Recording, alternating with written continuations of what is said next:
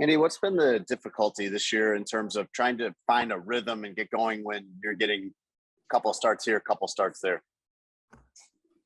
Well, I mean, I think that's the biggest thing what you're saying. You start a couple games, you're not playing, then you get back in. But we were able to have a good win last week, and it's 2 in a row. I mean, Nick got one, I got one, so hopefully we can go back and find a way to finish this year off the right way and get another one this week. Was it left up to you at all whether you wanted to play this game? It's obviously a meaningless game in the standings. Did they put the choice in your hands? No, I mean, I was going to be playing if when found out that Justin wasn't going to be. Dan Reeder. Andy, what happened to the beard?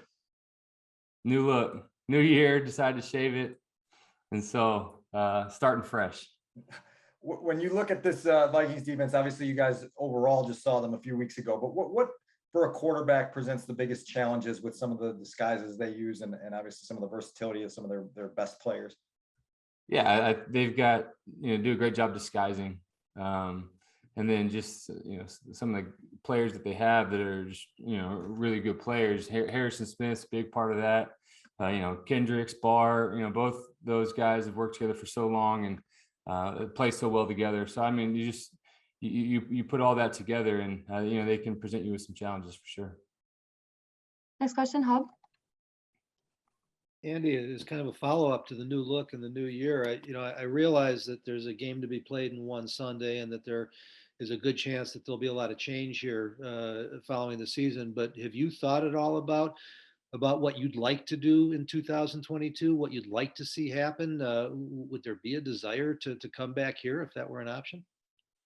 Though there's a lot that's going to go on, after this game. And, I went through free agency last year. Really, it was the first time for me to go through it at the beginning of free agency. And so I kind of had that experience. So I'll be doing the same thing and be looking at all the options that I have and, pick the best one that's going to be for me and my family and everything. So we'll see how this whole thing shakes out after this week.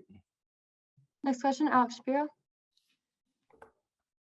Andy, I know you got one game left on Sunday, but do you ever look back and think, in week 2, before you got hurt, you guys are rolling. You ever think, man, what could have been if I didn't get hurt? Yeah, I think about that all the time.